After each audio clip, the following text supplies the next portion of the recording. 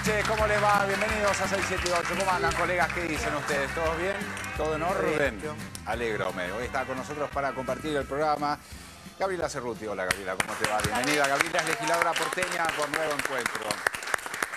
Muchísimas gracias por venir, ¿eh? También está con nosotros para compartir el programa el señor Hernán Brienza. Hola, ¿cómo les va? Hernán es politólogo, periodista, trabaja en Tiempo Argentino, en Radio Nacional. Trabajamos juntos a la mañana de 9 a 12. Bienvenido, ¿eh? Gracias. La primera vez en el año. También está con nosotros para compartir el programa el señor Esteban Kipper. ¿Cómo te va, Esteban? Bienvenido. Esteban es economista. Vamos a estar hablando obviamente también de lo que pasó en Grecia, espero, porque tenemos un programa corto en el día de hoy. Arrancamos con el primer tema, tiene que ver con Durán Barba, el jefe de campaña de Macri, que tiene que declarar en la justicia justamente esta semana por la campaña sucia contra Filmus que hizo el año pasado. Hoy trascendieron las encuestas, lo veíamos recién en la apertura de las encuestas, y algunos textos que fueron difundidos. Lo vemos y lo debatimos. La campaña sucia contra Filmus. Durán Barba y Macri cada vez más complicados. La protección mediática de los medios hegemónicos. En el día de hoy se conocieron los audios originales de las encuestas truchas que la empresa de Durán Barba, asesor de Mauricio Macri, realizó con información absolutamente falsa para deslegitimar a Daniel Filmus. El título de ayer en página 12 era, Cara de Piedra Durán. Página 12. Cara de Piedra Durán. La investigación judicial iniciada a partir de la denuncia de Filmus por operaciones sucias en su contra en las últimas elecciones dejó al descubierto el modus operandi de Durán Barba, el principal asesor de Macri, que será indagado esta semana. Campañas falsas y encuestas truchas en el menú. 17 escuchas, 17 audios están en la causa. Escuchamos, si te parece, el primer audio donde supuestamente Filmus invita al electorado porteño al acto de Hugo Moyano. Querido vecino, te estamos llamando de parte de Daniel Filmus y Hugo Moyano para invitarte este 29 de abril a celebrar el Día Internacional del Trabajador en la 9 de julio. A las 12 del mediodía nos vamos a reunir todas las familias trabajadoras. Con Cristina hemos recuperado la dignidad y ya es hora que la ciudad de Buenos Aires se sume al proyecto nacional. Te esperamos, Daniel Filmus y Hugo Moyano. Hay más audios que tienen que ver con Moyano y ahora la relación es Moyano y cargos electorales. No lo vas a poder creer. Hugo Moyano ha dado su apoyo a Daniel Filmus a cambio de lugares en la lista de legisladores y futuros cargos. Considerando la posición que ocupa el sindicalismo dentro del kirchnerismo, ¿usted cree que los cargos conseguidos por la CGT son suficientes o debería obtener más? ¿Son suficientes? Marque 1. ¿Debería haber presionado para obtener más? Marque 2. Escucha, Víctor Hugo, este audio que yo lo calificaría de disparate. Algunos creen que Eve de Bonafini fue estafada por Soclender para que con esa experiencia pueda ayudar a Filmus a realizar un buen plan de viviendas. ¿Está de acuerdo? Sí, estoy de acuerdo. Marque 1. No, no estoy de acuerdo. Marque 2. El tema de la campaña sucia, que es el tema de tu papá, que no es arquitecto, que tengo entendido que no sé si no terminó la primaria, según dijiste, y que lo vinculaban a el caso Joclender, digamos, como un arquitecto del caso Joclender. Sí, pero aparte es interesante cómo era el cuestionario. Si se comprueba que el padre de Daniel Filmus es arquitecto en la empresa de Sergio Joclender, ¿usted cree que esto le va a afectar negativamente a la candidatura de Daniel Filmus? Sí, le afectará. Marque 1. No, no le afectará. Marque 2. Quien me acompaña a mi izquierda es mi papá, Salomón Filmus. Y estamos acá porque ha sido objeto de injurias, de calumnias a través de un sistema telefónico. Cientos de miles de habitantes de la ciudad de Buenos Aires recibieron llamados que una y otra vez repetían que era arquitecto, que trabajaba en negocios turbios, y nosotros nos vimos obligados, cosa que no es por supuesto de ninguna manera de nuestro agrado, a hacer una denuncia justamente por esta campaña sucia. Este estilo de Durán Barba quedaba marcado en contundente contradicción. No creo en las campañas sucias. Tengo 10 libros publicados en esa línea. El libro se llama El arte de ganar acá te cuentan, te comes cada operación que no te das ni cuenta. Durán Barba escribe en el libro El arte de ganar, páginas 304, 305 y 306. Al comienzo de esta campaña las encuestas decían que perdíamos la elección, viene contando. Fue necesario hacer muchas cosas ingeniosas. Averiguamos las costumbres de nuestro adversario. Era una persona de edad avanzada, con problemas de salud, que mantenía rutinas fijas, recorría siempre ciertas rutas y circulaba muy poco por los barrios. Pintamos entonces unos pocos grafitis en las calles que frecuentaba. Los textos no iban dirigidos al conjunto de los votantes, sino que pretendían enfurecerlo a él. Y lo logramos. Nuestro adversario supuso que la ciudad estaba plagada de ataques en su contra y perdió la cabeza. Conquistamos nuestro objetivo, nublar su mirada con la ira para que se destruya a sí mismo.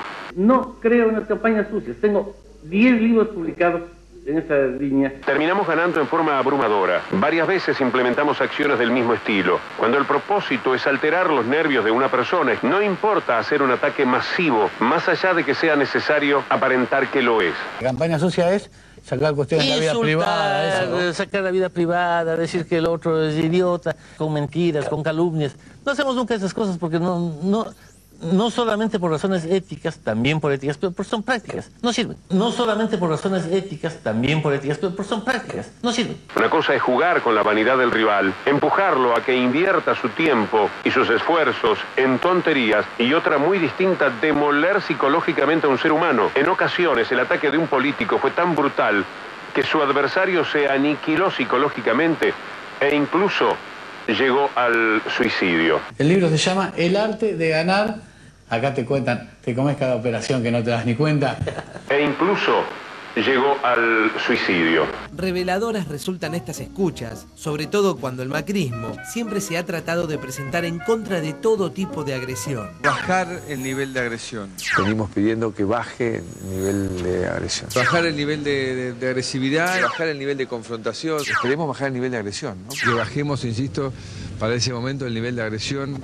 Otro punto de la investigación es que estas encuestas fueron pagadas con fondos del gobierno de la ciudad de Buenos Aires. El PRO, con quienes vengo trabajando desde hace años, nunca ha hecho campañas sucias. Estas encuestas fueron pagadas con fondos del gobierno de la ciudad de Buenos Aires. Como siempre, los medios hegemónicos que encubren al macrismo con todos los temas, como los 100 vetos a las leyes de carácter social, no han dedicado ni un minuto a reflejar tan contundentes pruebas. Sigamos con más ejemplos de esta campaña sucia. El audio que vamos a escuchar mete la palabra piquetes. Algunas personas dicen que la única forma de acabar con los piquetes es elegir a Filmus para que los controle con la ayuda de Moyano. ¿Está de acuerdo? Sí, estoy de acuerdo. Marque 1. No, no estoy de acuerdo. Marque 2. Otro hace un anclaje entre Madres de Plaza de Mayo, Filmus y Moyano.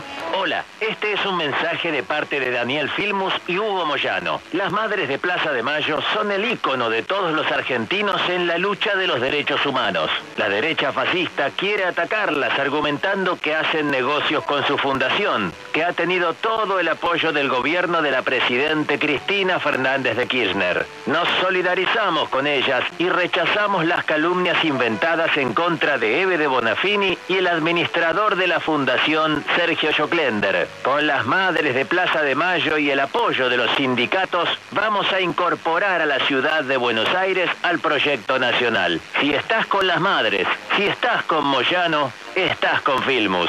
Muchas gracias. Es muy maquiavélico. Y esto se lo atribuye la justicia, o por lo menos se está investigando, a Durán Barba. Esto es así, es una causa. ¿Es una causa judicial? Si no fuera tan indecente, uno podría decir vivo como un rayo.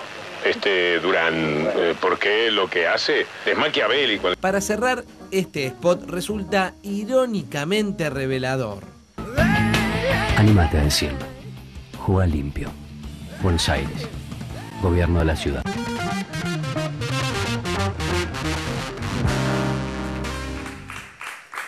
Bueno, muy bien, muy interesantes los audios que se escuchan. A ver, Gabriela, tu opinión sobre lo que vimos. Sí, son muy impresionantes los audios y yo creo que en un punto, cuando tengamos el nuevo libro de Durán Barba, por ahí nos explica qué fue lo que hizo, lo que consiguió y lo que no. Pero su explicación de que estas cosas no se hacen para ganar más votos, sino para demoler psicológicamente al adversario, me parece que es la explicación más entendible de lo que sucedió.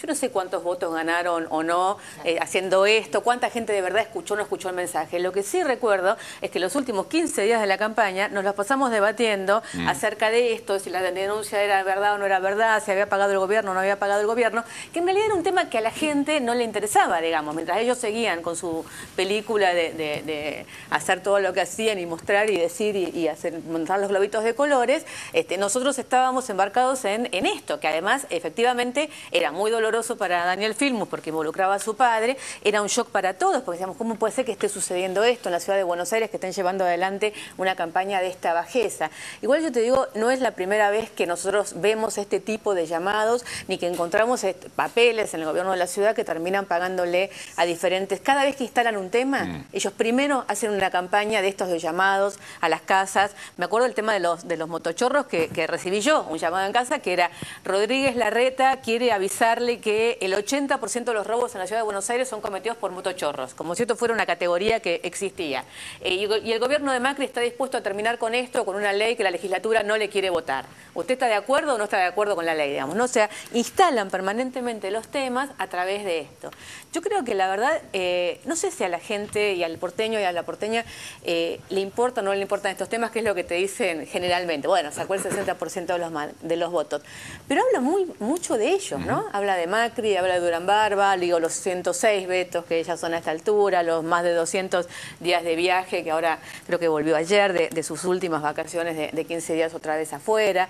Digo, este hombre que quiere ser presidente de la Argentina, evidentemente maneja otros valores que los que manejamos en este espacio político. Cintia, y hay un proceso judicial, obviamente, en funcionamiento, ¿no? Sí, esta semana tiene que ir a declarar el miércoles Rodrigo Lugones, el jueves Jaime Durán Barba y el jueves también Guillermo Garat, que son los tres imputados en lo que sería un delito electoral. Es el artículo 140 del Código Electoral, que no hay antecedentes de condena, tiene entre 2 meses y 2 años de prisión. Más allá de que se llegue o no a condenar, esto está en el juzgado federal número 1 a cargo de Servine de Cubría.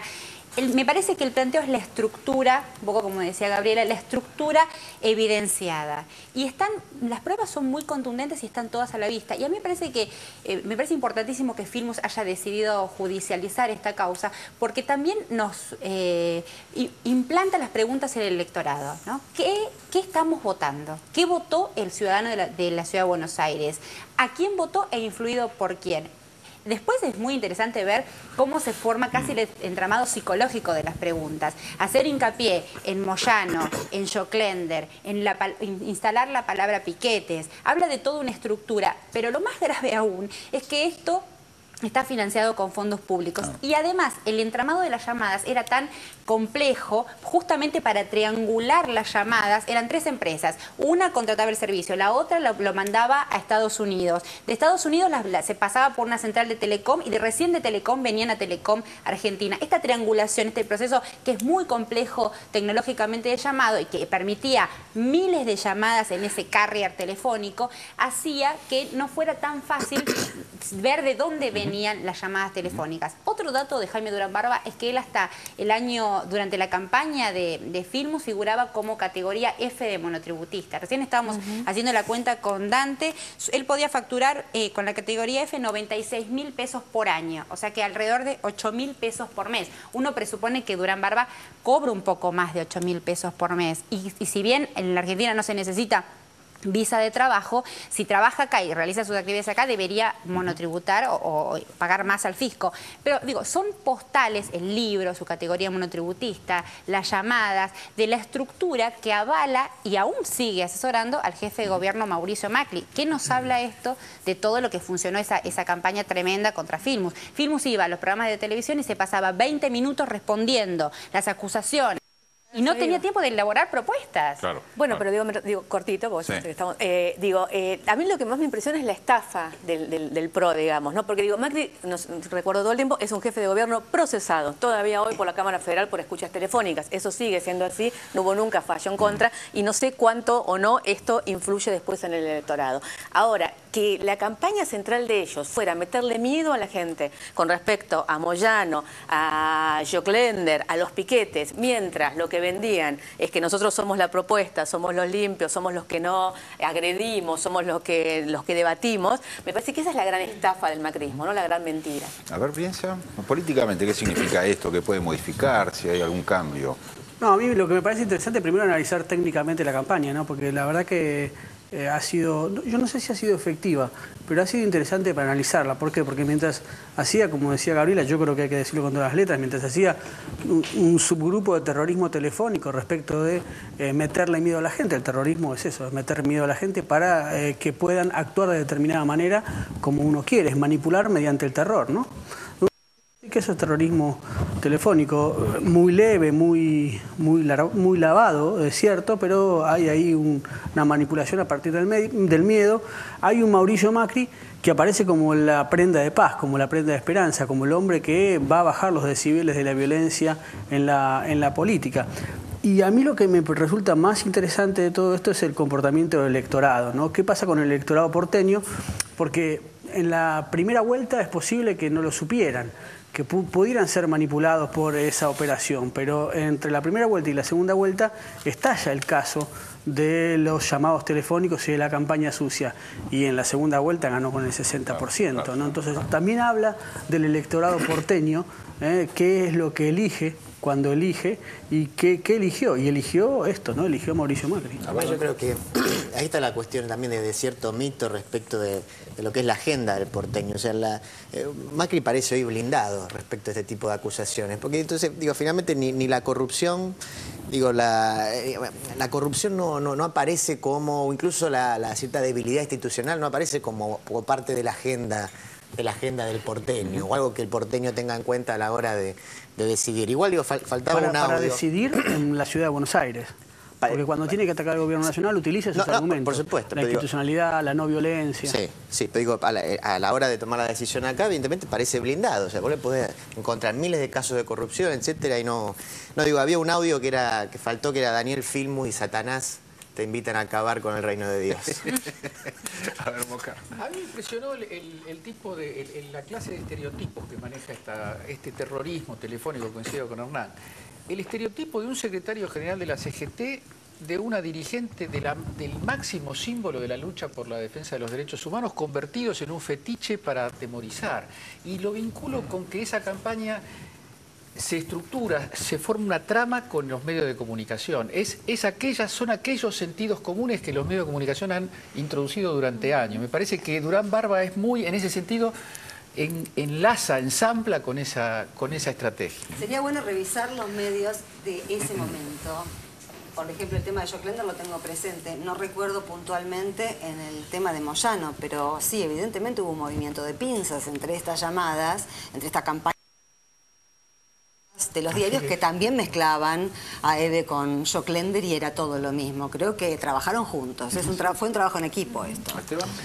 Me parece que estos audios, digamos, refuerzan el contrapunto entre formas de construcción políticas muy distintas, ¿no? Digamos, el macrismo que se sigue develando, que apuesta de alguna manera a la pirotecnia mediática para construir política y avanzar electoralmente, y formas de construcción política que están apostando a revalorizar la política, la militancia, el compromiso y las estructuras partidarias, digamos. Parece que es un punto que salta muy fuerte de este audio. Vamos a cambiar de tema, vamos a hablar de economía, en este caso vinculado al ajuste en Grecia que se votó finalmente ayer. Obviamente hubo protestas, represión, cosa gorda, lo que pasa habitualmente en estas situaciones. Vemos el informe y lo debatimos, dale. La gravísima crisis griega. Se aprobó un nuevo plan de ajuste. Vamos a contarles a ustedes lo que está sucediendo en Grecia. Sigue muy complicada la situación allí porque el plan de ajuste que fue aprobado por el Parlamento generó el repudio inmediato de la ciudadanía que salió a las calles una vez más a manifestar. Hasta ahora han despedido 15.000 empleados públicos, pero se prevé con este plan hasta 2015 el despido de más de 100.000. Además bajaron sueldos, bajaron hasta jubilaciones y pensiones. Realmente un ajuste muy pero muy duro. Εψήφισαν συνολικά 278 βουλευτές. Επί της αρχής, ναι, εψήφισαν 199 βουλευτές. Όχι, εψήφισαν 74 βουλευτές, παρόν εψήφισαν 5 βουλευτές.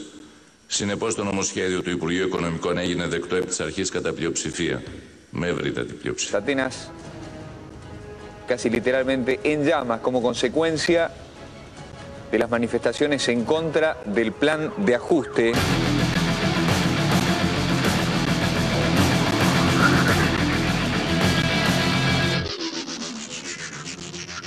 Han puesto en estos programas de ayuda condiciones más dirigidas a reducir el déficit fiscal y a tratar de reducir la deuda pública que poner el acento en medidas que lleven al empleo, a favorecer el empleo, a favorecer el crecimiento, a favorecer la producción.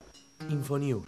Grecia, luego del ajuste, convocan a elecciones anticipadas. La coalición de gobierno helénica terminará la aprobación de medidas de austeridad exigidas por los acreedores internacionales antes de finales de marzo para allanar el camino a la realización de comicios en abril. Como bien explicara Axel Kicillof hace unos meses en 678, Grecia no hace más que seguir aplicando medidas de ajuste, ingresando en un círculo vicioso que no le permite salir de la crisis, sino que la agrava. Las recetas que son curar al enfermo matándolo. ¿Por qué? Porque lo que dicen es, vos tenés déficit, vos tenés problemas económicos como gobierno, tenés que hacer más ajuste. Entonces empiezan a echar empleados públicos, empiezan a recortar los seguros sociales, recortar la jubilación, un plan, pero tremendamente sanguinario el que están aplicando en estos países para salvar a los países de la recesión. Si uno empieza a achicar el gasto público, estas economías que están en recesión entran en una espiral de mayor recesión. Marzo 2010. Ajustes y graves incidentes en Grecia. Reducen los sueldos, aumentan los impuestos, temen que las medidas aumenten la recesión y la crisis en el país. Mayo 2010. El Parlamento griego aprobó el plan de ajuste y continúan las protestas. Diciembre 2010. Elpaís.com. Durante la mañana, los diputados griegos han aprobado un nuevo paquete de recortes para poder acceder a la ayuda financiera de la Unión Europea. Junio 2011. En medio de protestas e incidentes y una huelga de 48 horas, se aprobó este plan de ajuste que tiene que ver con más medidas de austeridad, con privatizaciones. Septiembre 2011. Los incidentes serios que se han vivido en las últimas horas en Grecia, el gobierno, tratando de paliar la situación, ha aprobado de último momento un nuevo impuesto, un nuevo ajuste económico. Febrero 2012. Lo que está sucediendo en Grecia, sigue muy complicada la situación allí porque el plan de ajuste que fue aprobado por el Parlamento generó el repudio inmediato de la ciudadanía que salió a las calles una vez más a manifestar. Hasta ahora han despedido 15.000 empleados públicos, pero se prevé con este plan hasta 2015 el despido de más de 100.000. Además, bajaron sueldos, bajaron hasta jubilaciones y pensiones, realmente un ajuste muy pero muy duro. Si uno empieza a achicar el gasto público, estas economías que están en recesión entran en una espiral de mayor recesión.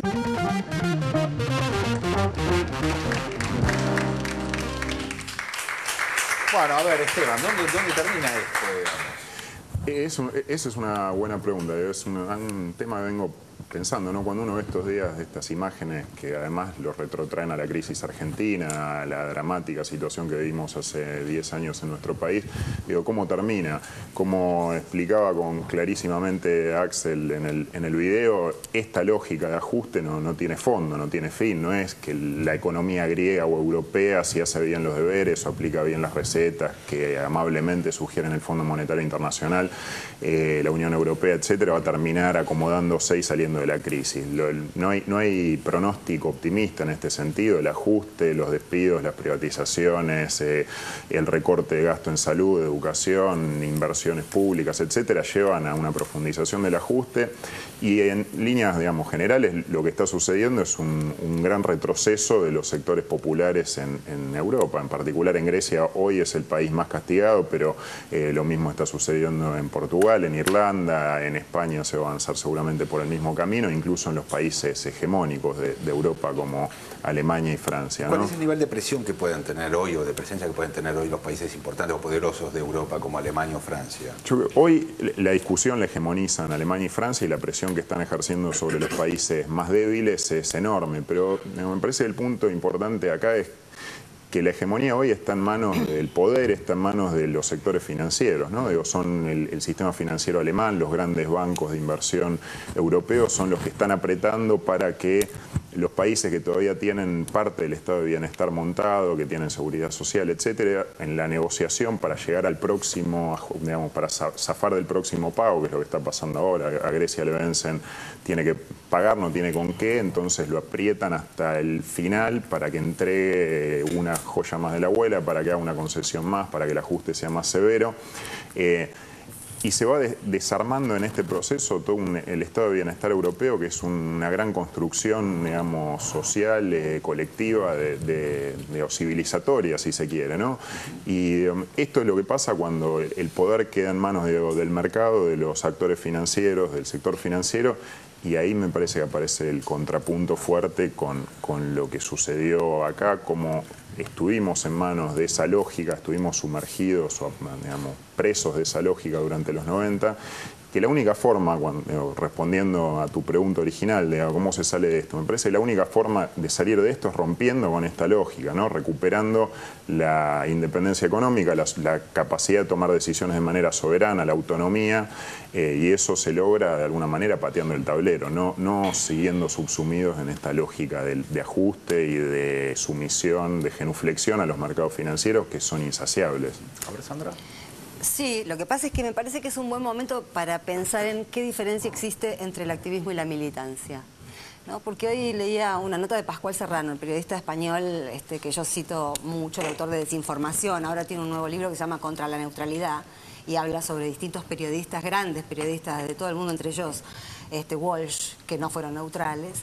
Y hacía un análisis en relación a todo el movimiento de indignados, a todo lo que estuvo pasando durante el año pasado, y que se está reconvirtiendo en un movimiento antipolítico.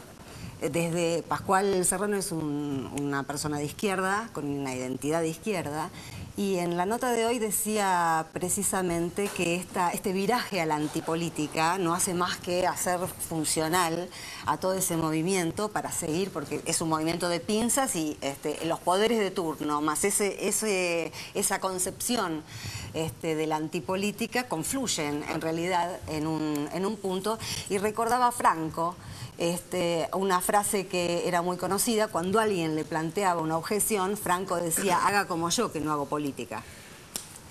A ver, Brinzo. Frase que podría decir Macri. Tal cual, era perfecta, era técnico. No, me parece interesante esto de plantear el debate en términos civilizatorios, ¿no? Porque yo creo que lo que le pasa a Europa es que ha roto el compromiso entre sus clases dirigentes y sus clases populares, ¿no? Después de 50 años de pacto social, de compromiso, se ha hablado mucho del estado de bienestar y se ha hablado mucho de la crisis del estado de bienestar. Sin embargo, la crisis del estado de bienestar siempre llegaba a las periferias de Europa. El centro de Europa todavía mantenía un estado fuerte con mucha protección social para sus propios ciudadanos. Un desocupado en Madrid hasta hace 5 años cobraba 1.000 euros, que era un sueldo mínimo que podía tener cualquier trabajador. Por lo tanto, quedarse fuera del sistema económico europeo significaba estar adentro del sistema económico. Y me parece que las clases dirigentes, no solamente la política, sino la economía, ha decidido soltarle la mano a los sectores populares. La pregunta que uno tiene que hacerse, me parece, es hasta dónde los pueblos resisten ese nivel de ajuste. Obviamente hay dos países que tienen una clara vocación imperial, que son Francia. Digo, imperial en términos de burguesías, ¿no? De burguesías nacionales que buscan su propia hegemonía, que son Francia y Alemania, tratando de doblegar al resto, hacer un ajuste para seguir perteneciendo al club de los que ellos comandan, ¿no? Merkel y Francia y Sarkozy están haciendo eso con los demás países. El tema es hasta cuándo aguanta España, hasta cuándo aguanta Portugal, hasta cuánto Italia y Grecia, que evidentemente no está aguantando, que es la más débil de todas las economías y lo más débil de todos los países. ¿Qué es lo que te plantea esto? Bueno, la necesidad de que en los países de Latinoamérica el compromiso que se está llevando adelante desde hace unos años se profundice, porque el modelo del no compromiso es eso, es Grecia, ¿no? Entonces es Grecia, es España, es Portugal. Me parece que hay que analizarlo desde ese lugar y también en términos políticos, digo, ¿no? Y también me parece que es plantear una duda histórica. Europa nunca salió hacia la izquierda de sus grandes crisis políticas y económicas. De la crisis de Weimar y de la crisis del 29 fue hacia los fascismos y hacia el nazismo. digamos, después de la guerra del 45, el compromiso de alguna manera le cortó los brazos o le cortó el paso a aquellos partidos de izquierda como el PCI italiano, que aparentaba llegar en algún momento a lugares de poder. Bueno, la pregunta es, hoy con esta crisis económica, con esta crisis política, ¿estamos seguros que los pueblos van a ir hacia la izquierda? ¿Van a ir a la no política y al autoritarismo de derechas, a esos populismos de derecha en serio que son los Berlusconi, que son los hombres de los sectores más reaccionarios y más concentrados de Europa? A ver, Gabriela. Sí, a ver, a mí, digo, también en el 2001, la crisis en la Argentina generó una cantidad de movimiento antipolítica muy fuerte y hubo una salida, digo, que en aquel momento era romántica, las asambleas y todo lo demás, pero que en un punto contenía un germen de antipolítica muy fuerte. Y es recién la recuperación del poder y de la autoridad en el presidente y la recuperación de la política y de la militancia a partir del 2003 lo que revierte ese proceso, ¿no? A mí, como mirando Europa y mirando Latinoamérica, me pregunto siempre cuál es el momento en el cual dejó de suceder primero en Europa lo que después sucedía en Latinoamérica y empezó a suceder, digo, en Europa lo que ya pasó en Latinoamérica, y ojalá, digamos, la salida de Europa también sea en algún momento esto que se está gestando claramente en Latinoamérica, y es el tema que viene después, el de Malvinas, pero la diferencia de la postura de Estados Unidos y del resto de Latinoamérica con respecto a Malvinas, yo creo que claramente habla de un momento del mundo donde Latinoamérica tiene un proyecto, tiene una visión de futuro, sabe hacia dónde va, con sus tropiezos, con sus idas y vueltas, con sus procesos mejores y peores, con lo nuevo y lo viejo junto, con todo lo que quieran. Pero acá hay un desarrollo hasta teórico, digamos, de lo que está sucediendo. Estamos teniendo discusiones que están más adelante que la discusión de si el banco no se queda con todo. Estamos más o menos de acuerdo con la discusión de la minería con diferentes posturas, pero estamos discutiendo qué hacemos con el medio ambiente y qué hacemos con los recursos naturales, que es una discusión de fondo, digamos, sobre hacia dónde va la economía y hacia dónde va el medio ambiente y hacia dónde va el proyecto de país que tenemos y que tenemos en Latinoamérica, ¿no? Sería, digo, para mí mi ilusión, digamos, es que en algún momento esta locura de Europa, que no puedo dejar de emparentar lo que pasa en Grecia con que mientras tanto lo juzguen y lo condenen a Garzón en España, digo, ¿no? Evidentemente está en ebullición esa Europa que no se sabe hacia dónde va a ir y que a todos nos provoca el temor de que termine siendo hacia la derecha, en qué momento puede ser que lo que suceda sea que en realidad empiecen a mirar y empiecen a tratar de entender qué es lo que sucedió en nuestros países del 2013 en adelante, ¿no?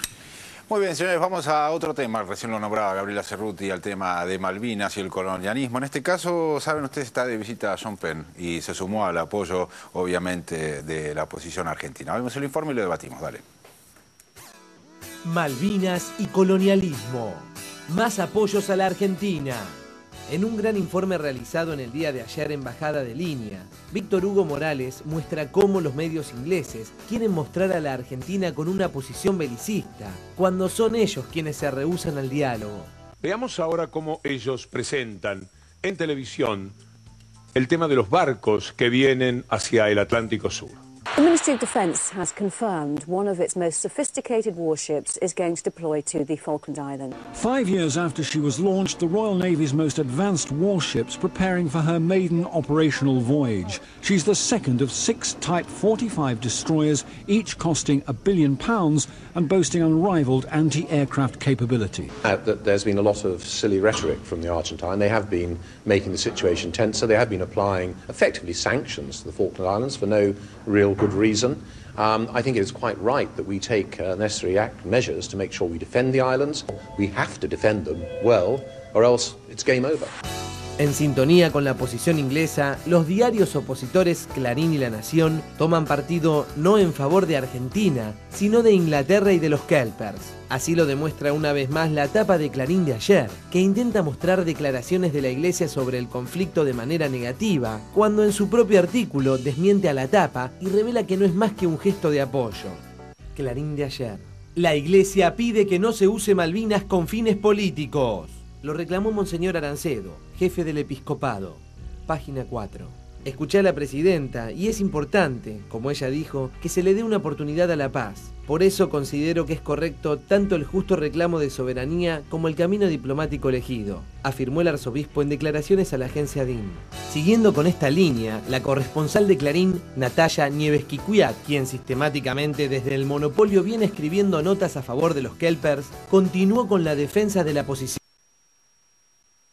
Malvinas volvió ayer, si no me equivoco, estuve haciendo notas para el diario Clarín, y es Natalia Nieves Quimbiat.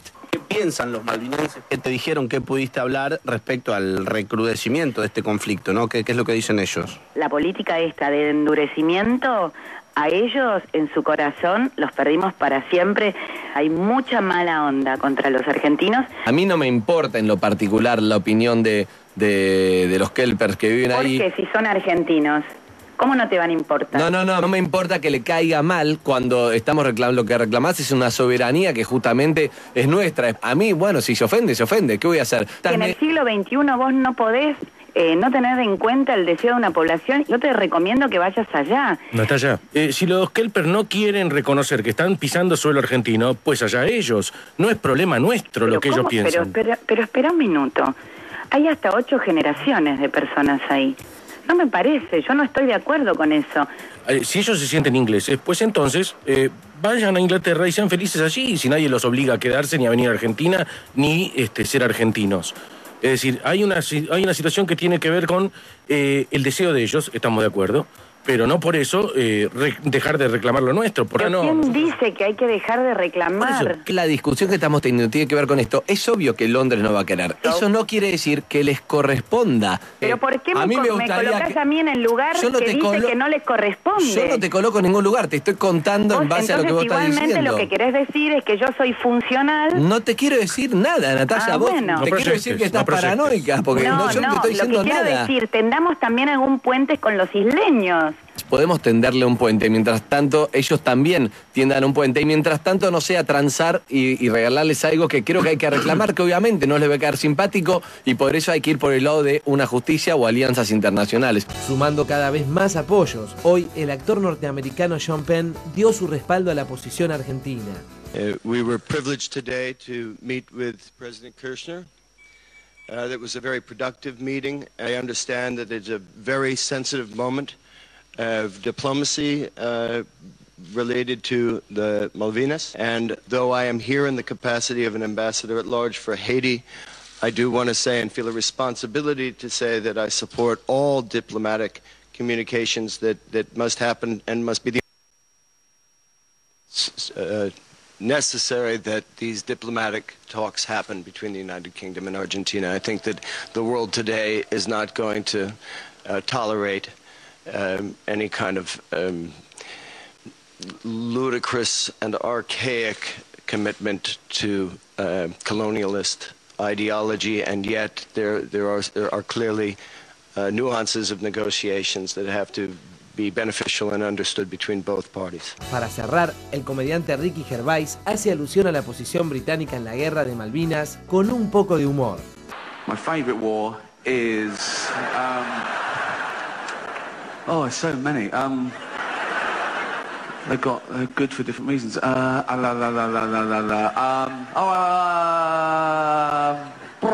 Falklands. That's probably the Falklands, because we won that one, and it was great. It was against Argentina. Yeah, weird.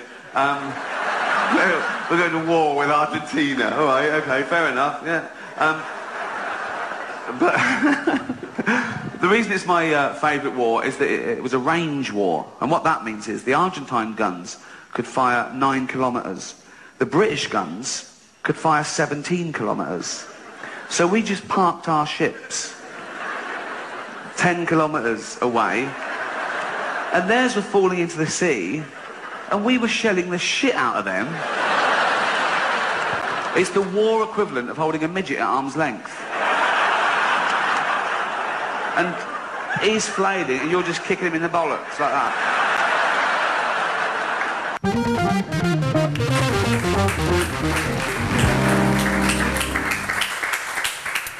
Me quedé impresionado. Un poco de humor inglés. Un poco de humor de British. Humor, qué impresionante, ¿no? Algo me llama la atención, estoy recordando el artículo de que no entraban bananas, ¿no? de Clarín, que faltaban bananas en las Malvinas, pero digo, la otra vez se cumplía justo 50 años del bloqueo a Cuba, ¿no? Digo, eso, ¿cómo hay bloqueos que son tapas y otros que son tapados? Digo, sí, claro. La Nación nunca sacó nada acerca del bloqueo a Cuba, nunca sacó nada acerca de los bloqueos en las rutas durante el conflicto con el campo y sí saca un bloqueo de bananas a Malvinas. Estaba pensando lo de John Penn, por ejemplo, ¿es un aporte interesante, digamos, a la posición argentina? ¿No? ¿Va a ser, forma parte del relato kirchnerista para ocultar el ajuste? ¿Qué sé yo? Estas cosas que dicen. Bueno, el Departamento de Estado y la Cancillería norteamericana está dentro de la manipulación que hace el gobierno argentino de todo el mundo, porque dijo que se tenían que sentar a negociar, como es la posición argentina, y dijo que ellos no aportaban la solución a la soberanía, pero que estaban con la Argentina y que debían sentarse a negociar. Así que Estados Unidos depende de las políticas exteriores argentinas.